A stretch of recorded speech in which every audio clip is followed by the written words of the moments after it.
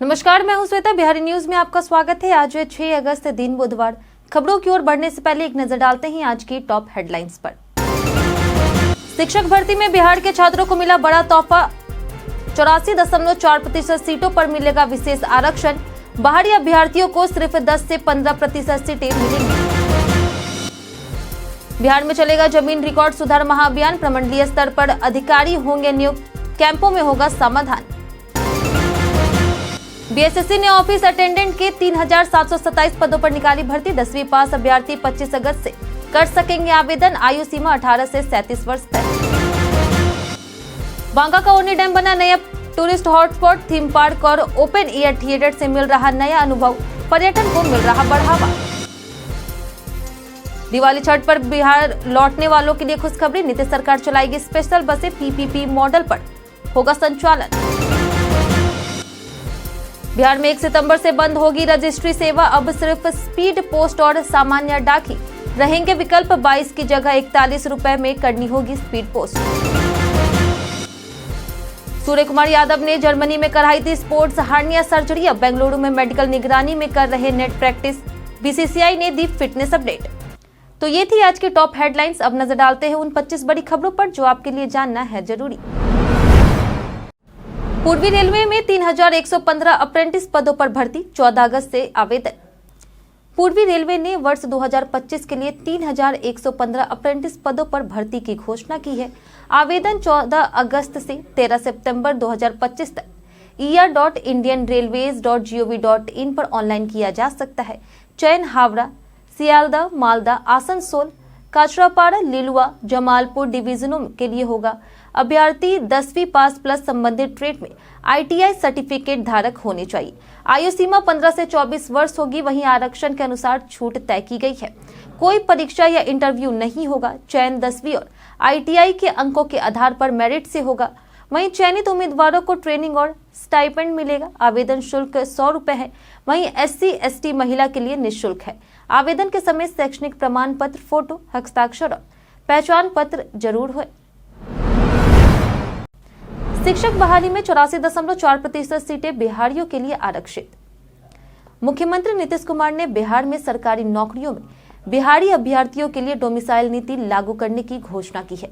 अब शिक्षा विभाग की शिक्षक नियुक्तियों में 84.4% सीटें बिहार के अभ्यर्थियों के लिए आरक्षित होगी। कैबिनेट ने सेवा शर्तों में संशोधन को मंजूरी दे दी है।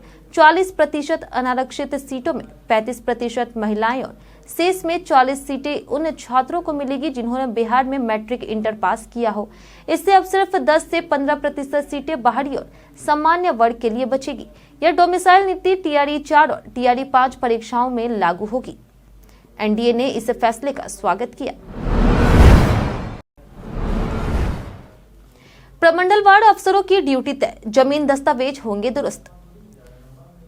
बिहार में 16 अगस्त से 20 सितंबर तक चलने वाले राजस्व महाअभियान के दौरान जमीन के रिकॉर्ड में सुधार किया जाएगा।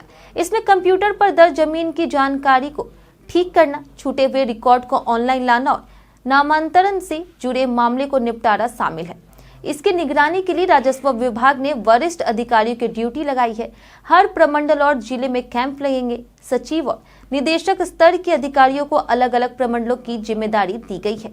वहीं मंत्री संजय सरावगी ने जनता से अपील की है कि वे अपने जमीन के कागजात सुधारने का यह मौका जरूर लें। बिहार में पहली बार लैंड पूलिंग पॉलिसी को मंजूरी। बिहार सरकार ने पहली बार लैंड पूलिंग पॉलिसी को मंजूरी दे दी है, जिसके तहत राज्य के प्रमंडलीय शहरों में सैटेलाइट टाउनशिप विकसित की जाएगी। जमीन मालिकों से जमीन लेकर के उसे विकसित किया जाएगा और 55% हिस्सा उन्हें वापस दिया जाएगा। बाकी जमीन में 22% सड़क, 30% कमजोर वर्ग के आवास, 5% पार्क और सार्वजनिक संरचना और 15% सरकार के पास रहेगा। यह नीति ग्रेटर पटना के साथ अन्य शहरों के सुनियोजित विकास के लिए अहम मानी जा रही। यहां पर साल 2050 तक की आबादी की संभावनाओं को ध्यान में रखते हुए टाउनशिप समेत अन्य संरचनाएं विकसित की जाएगी। बिहार में ऑफिस अटेंडेंट की 3,727 पदों पर भर्ती। बिहार कर्मचारी चयन आयोग यानी BSSC ने ऑफिस अटेंडेंट के 3,727 पदों पर भर्ती निकाली है। आवेदन 25 अगस्त से 24 सितंबर 2025 तक bssc.bihar.gov.in या ऑनलाइन bssc.com पर किए जा सकते हैं। योग्यता 10वीं पास है। आयु सीमा 18 से 37 वर्ष है। वहीं आरक्षित वर्गों को छूट मिलेगी। यह चयन प्रक्रिया में प्रारंभिक और मुख्य परीक्षा होगी। प्रीलिम्स में 100 ऑब्जेक्टिव प्रश्न होंगे। कुल 2 घंटे का पेपर होगा। वहीं विषयों में सामान्य ज्ञान 44 अंक, गणित 30 अंक और हिंदी 30 अंक शामिल है। क्वालिफाइंग मार्क्स वर्गानुसार 32% से 40% तक है। आवेदन शुल्क सामान्य और ओबीसी पुरुषों के लिए 540 है, जबकि महिलाओं, SC, ST और दिव्यांगों के लिए 135 है। विभागवार सबसे ज्यादा वैकेंसी पशुपालन विभाग में। बांका का ओढ़नी डैम बना नया टूरिस्ट हॉटस्पॉट। बांका जिले का ओढ़नी डैम एक प्रमुख टूरिस्ट स्पॉट बनकर उभरा है, जहां पर्यटकों के लिए वाटर स्पोर्ट्स जैसे motor boat, speed boat, jet skiing उपलब्ध है। यहाँ नदी और बांध की सुंदरता एक साथ देखने को मिलती है। बिहार पर्यटन विभाग ने सुविधाओं को और बेहतर बनाने के लिए 3.45 करोड़ की लागत से कैफेटेरिया और 7.49 करोड़ से theme park, open air theatre, parking, नौगरी चिल्ड्रन पार्क आदि का निर्माण कराया है। सुविधाएं बढ़ने से रोज सैकड़ों पर्यटक यहां आनंद लेने पहुंच रहे हैं। मंदार पर्वत क्षेत्र में भी रोपवे सहित कई सुविधाएं विकसित की गई है। बिहार में छोटे भूखंड पर पेट्रोल पंप खोलने की अनुमति। बिहार सरकार ने पेट्रोल पंप और CNG स्टेशन खोलने के नियम आसान कर दिए हैं। अब केवल 20x20 मीटर जमीन पर भी स्टेशन खोलने की इजाजत मिल गई है। पहले 30 गुना 20 मीटर जमीन जरूरी थी, जिससे बहुत लोग आवेदन नहीं कर पाते थे।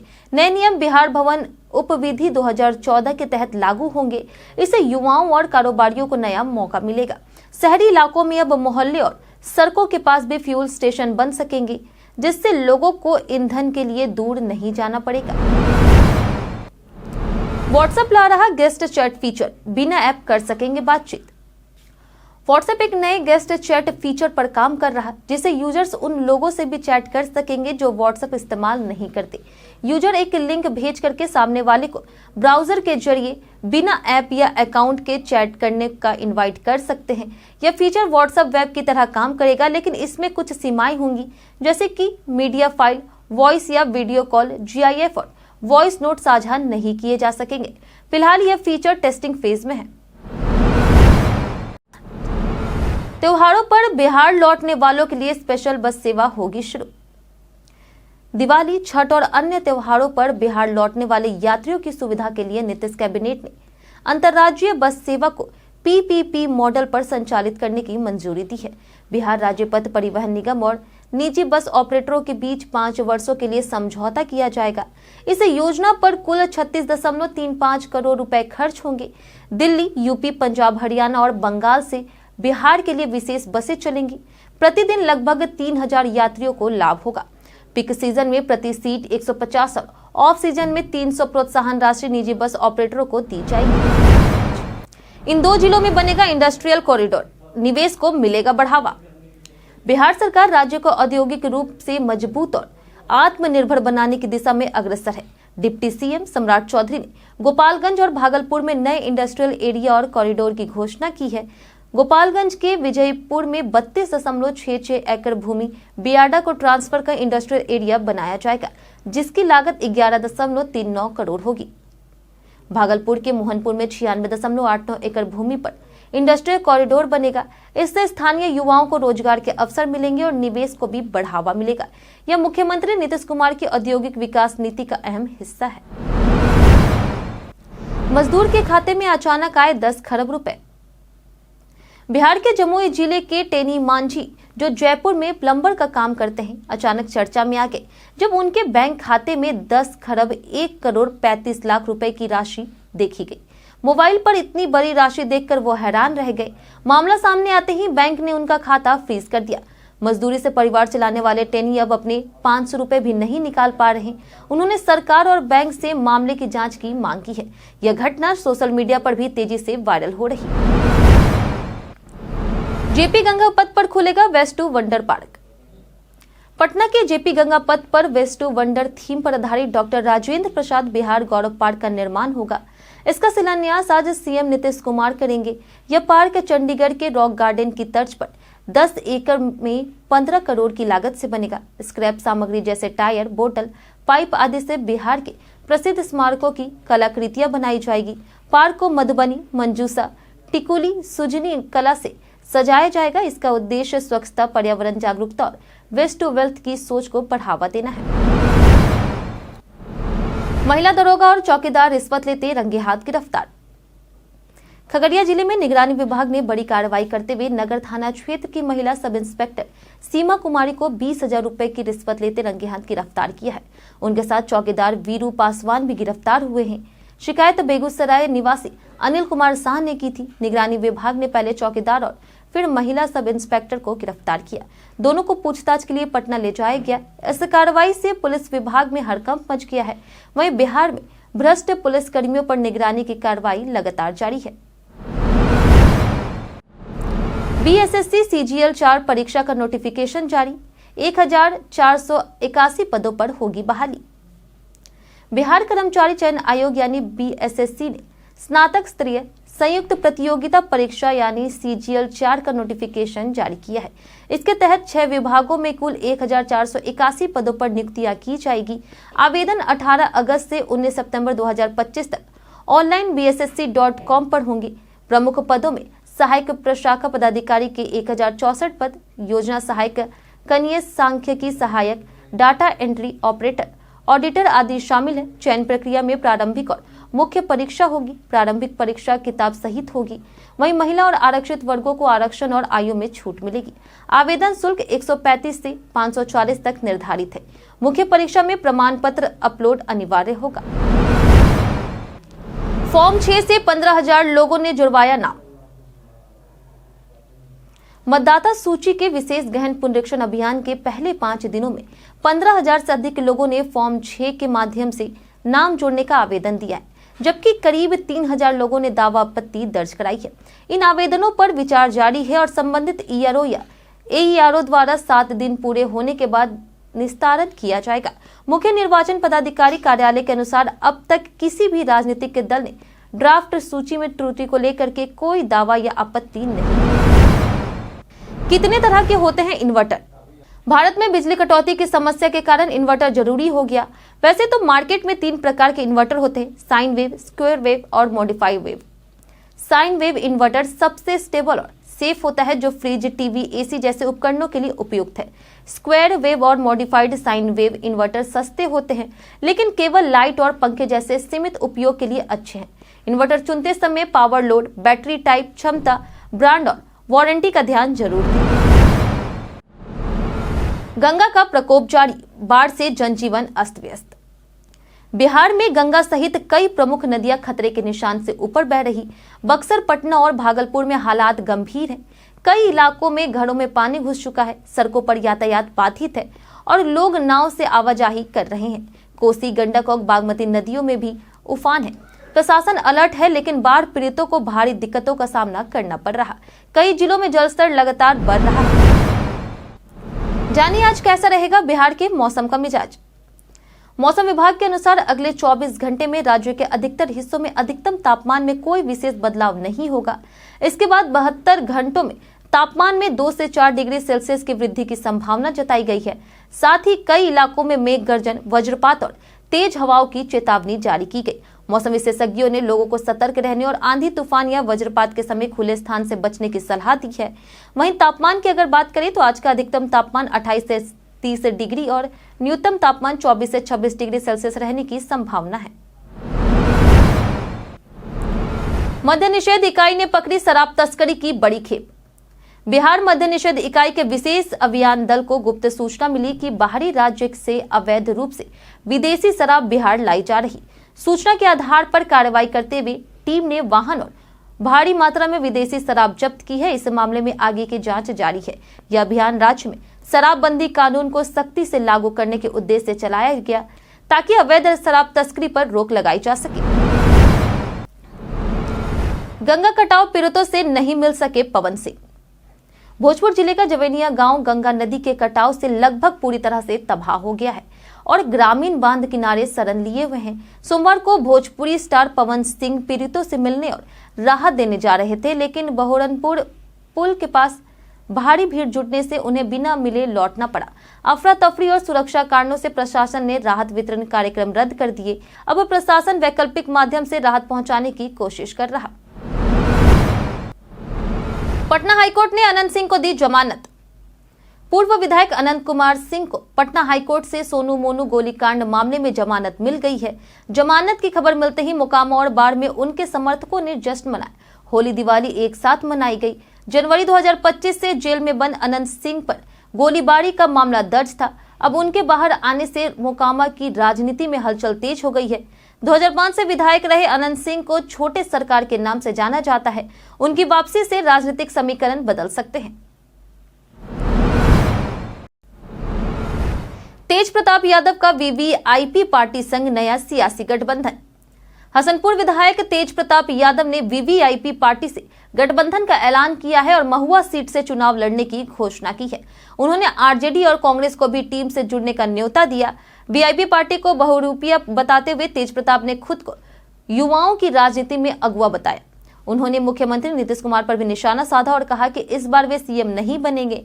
तेज प्रताप ने नए गठजोड़ और युवा नेतृत्व के संकेत दिए। सूर्य कुमार यादव की वापसी की शुरुआत। एनसीए में नेट प्रैक्टिस शुरू। T20 कप्तान सूर्य कुमार यादव ने जून 2025 में जर्मनी में स्पोर्ट्स हार्निया की सफल सर्जरी करवाई और अब वह रिकवरी के दूसरे चरण में है। अगस्त की शुरुआत में उन्होंने एनसीए बेंगलोर में हल्की नेट प्रैक्टिस शुरू की, जो मेडिकल टीम की निगरानी में हो रही। वहीं बीसीसीआई के अनुसार वह एशिया कप 2025 के लिए फिटनेस हासिल कर रही हैं। वहीं सर्जरी के कारण सूर्या दलीप ट्रॉफी से बाहर है।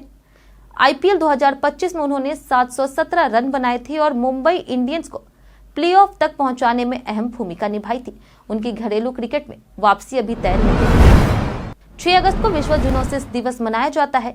आज ही के दिन कई महत्वपूर्ण घटनाएं हुई। 1614 में अकबर के प्रमुख राजपूत सरदार मानसिंह का निधन हुआ। 1837 में समाज सुधारक रामकृष्ण गोपाल भंडारकर का जन्म हुआ। 1905 में लक्ष्मीबाई केलकर और 1906 में वैज्ञानिक दौलत सिंह कोठारी का जन्म हुआ। 1935 को दलाई लामा का जन्म हुआ। वहीं 1944 में नेताजी सुभाष चंद्र बोस ने पहली बार गांधी जी को राष्ट्रपिता कहा। 1958 में रामचंद्र प्रसाद सिंह और पैरा एथलीट मलादी हौला का जन्म हुआ। 2002 में उद्योगपति धीरूभाई अंबानी, 2005 में वैज्ञानिक नौतम भट्ट, 2011 में निर्देशक मनी कौल और 2018 में साहित्यकार अमृतलाल बेगर का निधन हुआ है।